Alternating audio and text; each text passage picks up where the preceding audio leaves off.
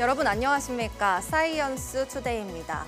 플라스틱은 환경오염의 주범으로 꼽히는데요. 어제는 플라스틱 협약의 마지막 날이었지만 나라별로 입장 차이가 커서 결국 최종 합의에 이르지 못한 채 막을 내렸습니다. 미래 세대를 위한 우리의 결단이 지속 가능한 미래를 만든다는 걸 잊지 말아야겠습니다. 오늘의 주요 뉴스부터 만나보시죠.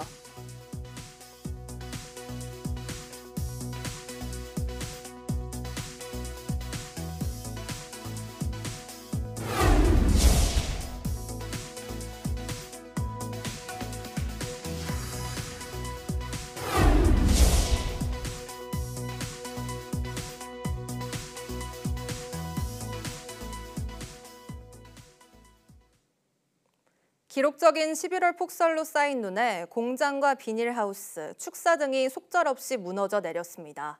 경기도 시설 피해만 5천 건을 넘었는데 복구까지 상당한 시일이 걸릴 것으로 보입니다. 김희영 기자의 보도입니다. 제 모양을 잃고 풀썩 내려앉은 지붕 위에 눈이 한가득 쌓여 있습니다. 650제곱미터에 이르는 가설 건축물이 무너진 건 지난달 27일 폭설이 내린 첫날 밤이었습니다. 보시는 것처럼 기둥은 뽑힐 듯 쓰러지고 철근은 꺾였습니다. 무너진 천장 위로 쏠린 눈이 아직 녹지 못한 채 쌓여 있는데요. 장비 역시 전혀 치우지 못해 사고 당시 모습 그대로입니다. 붕괴 직전에 작업자가 밖으로 뛰쳐나와 다친 사람은 없었지만 복구가 문제입니다. 잔해를 치우고 건물을 다시 올리려면 좋기 2달은 걸려 생산 계획에 차질이 막심합니다. 견적 받으니까 1억은 달라고 하더라고요. 2년 반밖에 안 됐는데 똑같이 지으려면은 한 2달은 걸릴 거예요. 10km 정도 떨어진 다른 공장입니다. 재활용 토사를 보관하는 가설 건축물이 서 있었던 곳인데 지금은 흔적도 남지 않았습니다. 철거는 마쳤지만 역시 복구까진 갈 길이 멉니다. 인명사고가 안 난 걸 다행이라 여기지만 사업 시작 1년 만에 맞닥뜨린 재해의 충격을 감당하긴 어렵습니다. 1년 넘어서 이제 자리 잡고 이제 도약 단계에 있는 상황에 갑자기 이제 그런 하늘이 무너지는 것 같은. 117년 만의 폭설로 지금까지 경기도에서 집계된 시설 피해만 5,400여 건에 달합니다. 신고가 계속 늘면서 행정안전부도 복구대책 지원본부를 꾸리고 특별재난지역 선포를 검토하고 있습니다. YTN 김희영입니다. 최근 전국에 내린 폭설로 시설하우스와 축사 등에서 축구장 110개와 맞먹는 규모의 피해가 발생한 것으로 조사됐습니다. 농림축산식품부는 경기와 강원, 충청, 전북 등에서 110헥타르에 달하는 농업 분야 피해가 집계됐다고 밝혔습니다. 가장 큰 피해가 난 곳은 경기도로 시설하우스 69헥타르와 축사 18헥타르가 무너지는 등 피해를 입었습니다. 농식품부는 응급 복구를 지원하며 피해 시설 손해평가와 피해 조사를 통해 보험금과 복구비를 신속히 지급할 계획입니다. 최근 폭설 기간 곳곳에서 지하주차장 출입로 지붕이 무너지는 사고가 잇따랐습니다.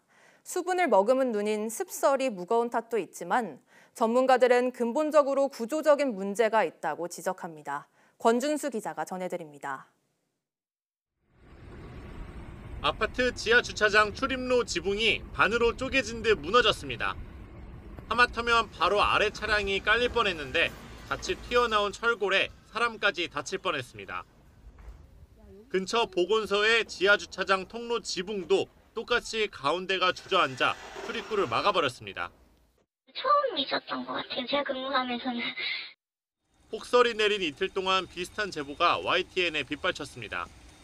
경기도 평택과 안양, 용인, 시흥과 인천 등 곳곳에서 지하주차장으로 내려가는 통로 천장이 무너져 차를 빼지 못한 주민들이 불편을 호소했습니다. 전문가들은 구조적인 문제를 지적합니다. 대부분 캐노피, 완만한 원통형으로 되어 있는데 이럴 경우 눈이 잘 흘러내리지 않을 수 있다는 겁니다. 평소보다 무거운 습설이 바닥으로 떨어지지 않고 지붕에 계속 쌓이다 보니 무게를 견디기 힘들 것으로 보이는데 북유럽처럼 눈이 많이 오는 곳에 삼각형 지붕을 본떴다면 쌓이는 양과 무게도 줄었을 거라는 분석입니다. 또 지붕 형태를 따라 두꺼운 철골을 촘촘히 받치는 것도 방법입니다. 캐노피 형태가 되니까 지하 주차장 같은 경우에 이제 중간에 기둥을 세우거나 뭐 이러기 곤란한 더 두껍고 뭐 더 촘촘하게 쉽게 말씀드리면 하중을 분산을 해야 되는 거잖아요. 20cm 이상 눈이 내릴 것으로 예보된 경우 수시로 눈을 치우는 게 좋지만 눈이 수북이 쌓인 상태에서 지붕 위에 올라가면 무너질 위험이 커 주의해야 한다고 전문가들은 조언합니다. YTN 권춘수입니다. 부산에서 열린 플라스틱 협약 제5차 정부 간 협상위원회가 플라스틱 오염 종식을 위한 국제협약 마련에 합의를 이루지 못한 채 폐막했습니다. 발목을 잡은 건 플라스틱 생산 감축 이슈였는데 국가 간 이견으로 최소한의 선언적 합의도 내놓지 못하면서 빈손 협상에 그친 것 아니냐는 평가도 나옵니다. 백종규 기자의 보도입니다. 지난달 25일 부산에서 막을 올린 플라스틱 오염 대응 국제협약 제5차 정부 간 협상위원회가 종료됐습니다. 전 세계 이목이 집중됐지만 일주일 동안의 협상 결론은 합의 무산이었습니다. 170여 개 당사국이 끝내 의견 차이를 좁히지 못하면서 플라스틱 오염에 관한 최초의 법적 구속력이 있는 조약에는 이르지 못한 겁니다. 협상위를 이끈 의장은 부산에서 상당한 진전을 이뤘다면서도 소수의 쟁점이 합의를 막고 있다는 점을 인정해야 한다고 강조했습니다. Our work is far from complete, and we must remain pragmatic as we continue collaborating toward our shared goal. 또 쟁점 해결을 위해 시간이 더 필요하다면서 내년에 협상을 이어가자고 했습니다. 협상에서 끝내 발목을 잡은 건 플라스틱 생산 감축 문제였습니다. 화석 연료에서 추출한 플라스틱 원료인 1차 플라스틱 폴리머를 생산부터 제한하자는 게 쟁점이었지만 사우디아라비아와 러시아 등 산유국과 플라스틱 생산국 진영에서 이 같은 규제를 거부한 겁니다. So we cannot accept the proposal. There is no consensus on this proposal, and I speak on behalf of the Arab group. 플라스틱 폐기물에 직접 영향을 받는 국가들은 허울뿐인 협약보다는 아예 협약을 무산시켜야 한다고 주장하기도 했습니다. If it does not have the provisions or what we expect from an ambitious treaty, then we'll come back to the multilateral process and go back to the same process pushing for an ambitious treaty. 해마다 생산되는 플라스틱은 4억 6천만 톤 이상. 이대로라면 2040년까지 생산량이 70%가량 증가할 수 있는데 실제 협약이 체결됐다면 유엔 기후변화 협약처럼 역사에 남을 다자 협약이 될 수도 있었습니다. 하지만 첨예한 갈등 속 부산에서의 협상은 최소한의 선언적 합의에도 이르지 못하고 빈손으로 막을 내렸습니다. YTN 백종규입니다.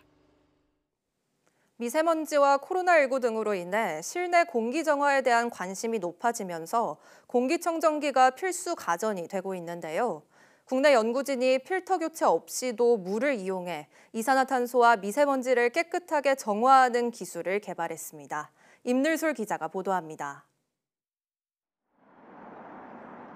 우중충한 하늘, 얇은 커튼을 쳐놓은 것처럼 앞이 뿌였습니다. 지난 22일인 올해 소설에는 첫눈이 아닌 미세먼지만 가득했습니다. 날이 추워질수록 미세먼지가 심해지다 보니 사흘은 춥고 나흘은 미세먼지가 기승을 부린다는 3만3이라는 신조어까지 나왔습니다. 오염된 실내 환경 개선을 위해 공기청정기 사용이 늘고 있지만 필터의 성능 저하나 폐기물 문제가 골칫거립니다. 그런데 국내 연구진이 우리 몸의 순환계를 모사한 친환경 공기정화 시스템을 개발했습니다. 개발한 시스템에 펌프로 오염된 공기를 주입하면 탄성 마이크로 가공 필터를 통과하면서 미세 버블이 만들어집니다. 작고 균일한 미세 버블이 미세먼지와 이산화탄소를 잡아 물속에 가두고 물의 순환을 통해 실내 이산화탄소는 외부로, 탄소는 실내로 보내 쾌적한 환경을 만듭니다. 이번 기술은 물로 미세먼지와 이산화탄소를 동시에 제거하고 순환 시스템을 통해 멈춤 없이 공기 정화를 할 수 있는데요. 이렇게 휴대용으로도 이용 가능합니다. 인체의 시스템, 순환계하고 호흡계를 모사를 해서 개발하게 되었고 순환 시스템을 통해서 실내와 실외에 기체 교환을 자연스럽게 이용을 해서 실내에 쌓이는 VOC하고 CO2를 외부로 배출할 수 있는, 그리고 미세먼지하고 CO2 두 개를 동시에 해결할 수 있는 기술. 실제로 밀폐된 공간에 쥐를 넣어 이번에 개발한 시스템을 적용했더니 이산화탄소는 30% 줄어들고 쥐의 활동성은 53% 올라갔습니다. 또 기존에는 필터 사용 시간이 늘수록 성능 저하나 악취 등이 발생했지만 이번에 개발한 기술은 필터 청소나 교체 없이 물만 새로 바꿔주면 폐기물도 생기지 않습니다. 시스템의 구동 원리와 구조가 비교적 단순하고 규모가 확장이 가능하여 기존의 고가의 복잡한 공기정화 시스템을 대체할 수 있을 것으로 기대됩니다. 연구팀은 개발한 정화 시스템이 이산화탄소뿐 아니라 아세톤과 에탄올 등 공기 중 다른 오염물질도 정화할 수 있으며 다양한 공간과 크기에 맞춰 현장 적용이 가능할 것으로 기대했습니다. YTN 사이언스 임늘솔입니다. 마크 저커버그가 스마트폰의 뒤를 잇는 컴퓨터 장치라고 지목한 혁신적인 물건이 무엇일까요? 바로 스마트 안경인데요. 이걸 구현하는 핵심 렌즈를 우리나라 스타트업이 만들고 있습니다. 이 제품을 비롯해 올해 최고의 발명 특허 제품들은 무엇인지 장하영 기자가 취재했습니다. 둘 다 진짜 양초 같지만 하나는 가짜입니다. 아이언맨처럼 안경을 끼면 보고 싶은 정보가 눈앞에 가상 패널에 펼쳐집니다. 기존 스마트 안경보다 훨씬 가벼우면서 선명하고 넓게 볼 수 있는 건 핀틸트 기술 덕분입니다. 기존의 버드베스 광학계나 웨이브가이드 광학계에 대비해서 정말 부피도 작으면서 동시에 높은 광학 성능, 다시 말해서 정말 선명한 증강현실 이미지를 보여줄 수 있는. 마크 저커버그도 스마트 안경인 오라이언을 선보이며 스마트폰 다음 세대 기기로 지목했는데 출시는 3년 뒤에나 가능한 걸로 알려졌습니다. 반면 이 업체의 렌즈는 이미 올가을에 일본 최대 통신사를 통해 일본에서 제품으로 출시됐습니다.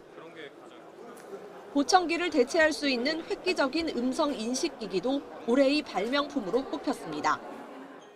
실생활에서 음성 인식을 사용하다 보면 주변 소음 때문에 대화를 포착하지 못하는 경우가 많은데 이 어플리케이션을 사용하면 상대방의 목소리만 선명하게 들립니다.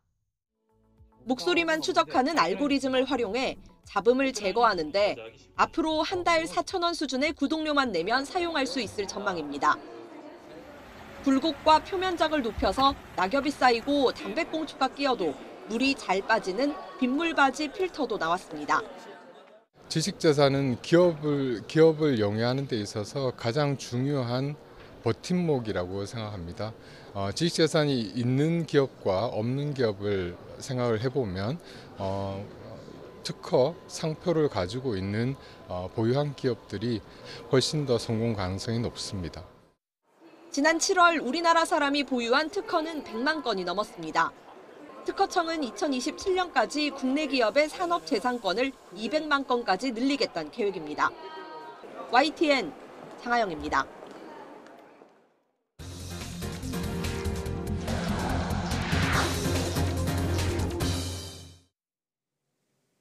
YTN 사이언스 양회영 과학전문기자가 한국과학기자협회가 선정한 대한민국 과학기자상을 수상했습니다. 대한민국 과학기자상은 과학, 의학 분야 기자 가운데 과학 언론 발전에 공로가 큰 기자에게 주는 상입니다. 과학기자협회는 YTN 사이언스 양회영 기자가 전문적이고 시의성 있는 기획으로 과학계 현안을 심층 분석했으며 낯선 과학적 소재를 발굴하고 대중이 이해하기 쉬운 실험과 그래픽을 활용해 완성도 있는 보도를 해왔다고 평가했습니다. 양회영 기자는 최근 삼성전자 방사선 피폭 사고를 단독 보도한 바 있으며 뉴스에서 사이언스 레드카펫 등 문화예술 속 과학 이야기를 알려주는 코너를 진행해 과학 언론의 지평을 넓혔습니다. YTN 기후변화 진단 시리즈인 지구의 맥박이 제7회 한국 데이터 저널리즘 어워드 올해의 데이터 저널리즘 혁신상을 수상했습니다. 한국 데이터 저널리즘 어워드는 지난 29일 서울 중구 프레스센터에서 올해 6월부터 지구의 맥박 시리즈를 제작한 YTN 데이터랩, 함영건 기자 등 6명에게 혁신상을 수여했습니다.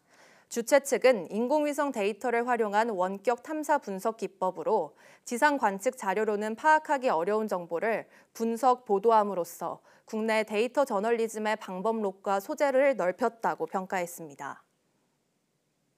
경희대학교가 초대 미원평화상 수상자로 지도자 모임인 디 엘더스를 선정했습니다. 경희대학교는 지난달 29일 경희대 평화의 전당에서 제1회 미원평화상 시상식을 열었습니다.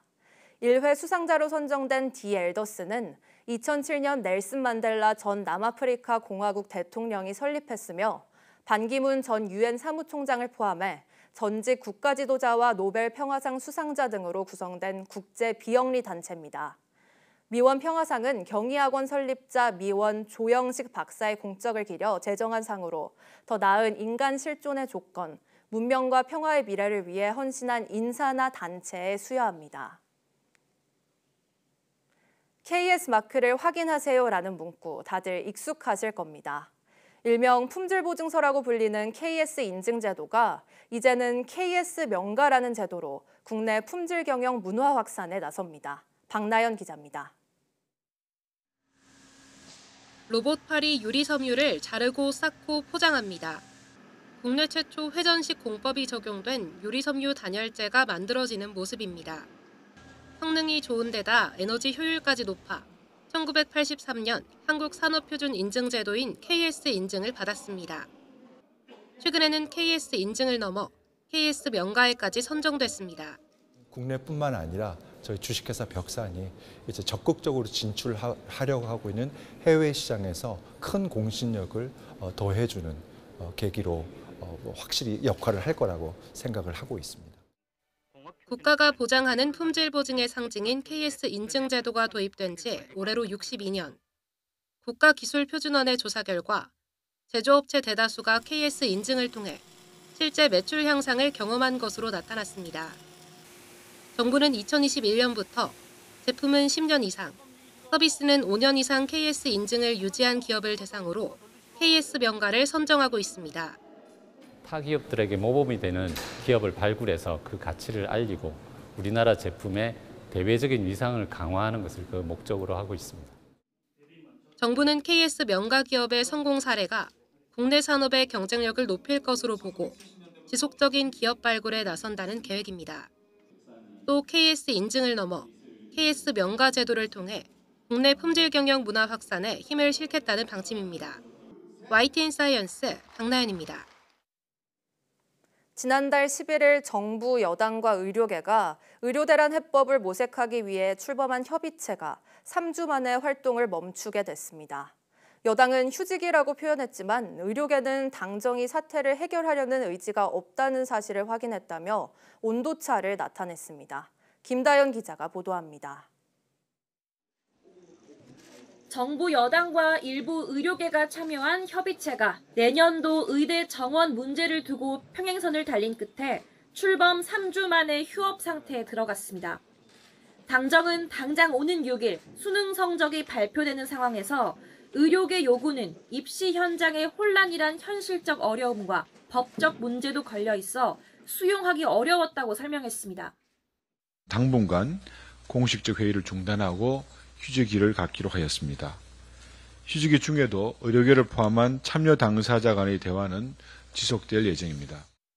2026학년도 증원을 두고도 일단 보류하자는 의료계와 논의는 이뤄져야 한다는 정부가 접점을 찾지 못했다고 전했습니다. 결국 당분간 숨고르기에 들어가며 물밑 협상에 힘을 쏟겠다는 게 정부 여당의 구상입니다. 대한의학회와 의대협회는 의료계 내부의 따가운 시선에도 여의정 협의체에 참여했지만 정부의 태도 변화는 없었다고 날을 세웠습니다. 수시 미충원 인원의 정시 2월 제한과 예비 합격자 축소, 학생 선발의 자율성 보장 등 내년도 증원 문제 해법도 충분히 현실적이었다는 주장입니다. 이들은 정부 여당의 유연한 태도가 전제돼야 향후 협의체 참여 여부를 논의해보겠다는 강경한 입장과 함께 야당을 향해 방관자란 쓴소리도 빠뜨리지 않았습니다. 정부와 여당이 이 사태를 해결하고자 하는 의지가 없다는 사실을 확인한 지금 협의체 참여를 중단할 수밖에 없는 참담한 결정을 내리게 되었습니다. 야당과 전공의 단체 등 핵심 의료단체가 빠진 채 출범하며 그 한계성이 적지 않다는 지적을 받아온 여야 의정 협의체. 당정은 신뢰 회복 측면에서 진전이 이뤄졌고 의료단체 역시 의대생 휴학 승인 같은 성과도 있었다고 자평했지만 성탄 선물 등 연말까지 가시적인 성과를 내겠다는 목표는 무색해졌다는 비판을 피하기 어려워 보입니다. YTN 김다현입니다. 의정 갈등 해법을 논의한 여의정 협의체가 3주 만에 좌초된 가운데 의료계 최대 단체인 대한의사협회 신임 회장 선거가 본격화합니다. 의사협회는 오늘 오전 9시부터 내일 오후 4시까지 회장 선거에 나설 후보 등록을 받습니다. 현재까지 강희경 서울의대 교수 비대위원장과 김태구 전국광역시도 의사협의회장, 이동욱 경기도의사회장, 주수호 전 의협회장, 최한나 의협 대변인이 출마 의사를 밝혔습니다. 이번 선거에선 전공의와 의대생을 포함한 의협 비상대책위의 강경 기조가 차기 집행부까지 이어질지가 관건입니다. 의료계 안팎에선 대화파 지도부가 들어서지 않는 이상 11개월째 계속된 의정 갈등이 해를 넘길 가능성이 크다는 관측이 나옵니다. 앞서 여의정 협의체에 참여했던 대한의학회와 한국의과대학, 의학전문대학원협회는 정부와 여당의 사태 해결 의지가 없다며 협의체 활동 중단을 선언했습니다. 치매를 일으키는 여러 원인 가운데 퇴행성 뇌 질환인 알츠하이머병이 전체 치매의 50에서 60%를 차지하는데요. 이번 달 알츠하이머병 신약이 국내에 처음으로 도입됩니다. 병의 원인 물질을 없애는 최초의 약물로 기대가 크지만 부작용 우려도 함께 나옵니다. 김주영 기자가 보도합니다. 지난해 65세 이상 고령자 10명 가운데 1명이 치매 환자일 정도로 치매는 초고령 사회에 피할 수 없는 그림자입니다. 관련된 약들이 나와 있지만服用 초반 증상을 완화해주는 수준일 뿐입니다. 그런데 치매의 가장 큰 원인으로 꼽히는 알츠하이머병 신약 레켐비가 국내에 처음으로 도입됩니다. 알츠하이머 치매는 비정상적인 아밀로이드 베타 단백질이 뇌에 쌓여 발생하는 것으로 알려져 있습니다. 이번 신약은 이 단백질 덩어리가 상당 부분 쌓이지 않도록 하는 원리입니다. 원인 물질을 없애 치매 진행 속도를 전체적으로 늦춰주는 첫 약품인 만큼 기대감이 클 수밖에 없습니다. 실제 약을 썼을 때 아밀로이드 베타 단백질 축적을 절반 이상 막아준다는 연구 결과도 나왔습니다. 6개월 정도를 더 이제 기억력이 유지된 상태로, 인지 기능이 유지된 상태로 좀 살 수 있게 됐다, 이렇게 보시면 될 것 같습니다. 다만 신약은 전체 치매 환자가 아니라 임상 실험이 진행됐던 초기 치매 환자를 대상으로만 사용될 예정입니다. 여기에 부작용 우려도 존재합니다. 외국의 경우 일부 투약 환자가 뇌출혈, 뇌부종을 겪은 것으로 나타났습니다. 유럽과 호주 보건당국이 레켐비를 승인하지 않은 이유입니다. 저희가 허가사항 자체에서도 사실 그 뇌부종이나 뇌출혈의 리스크를 MRI 모니터링을 하도록 되어 있습니다. 같은 계열의 약제들을 한 번에 모니터링하고 관리할 수 있는 그런 체계를 구축할 계획이 있습니다. 백인 외에는 효능이 충분히 입증되지 않았다거나 아시아계에게는 부작용이 더 적었다는 등 상반된 분석도 나오는 가운데 국내 환자들에게 어떤 효과를 낼지 관심이 쏠립니다. YTN 김주영입니다.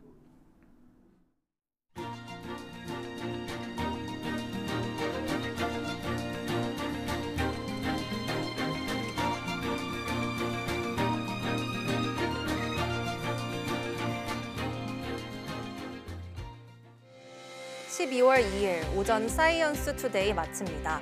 오후 뉴스도 많은 시청 바랍니다. 시청해주신 여러분 고맙습니다.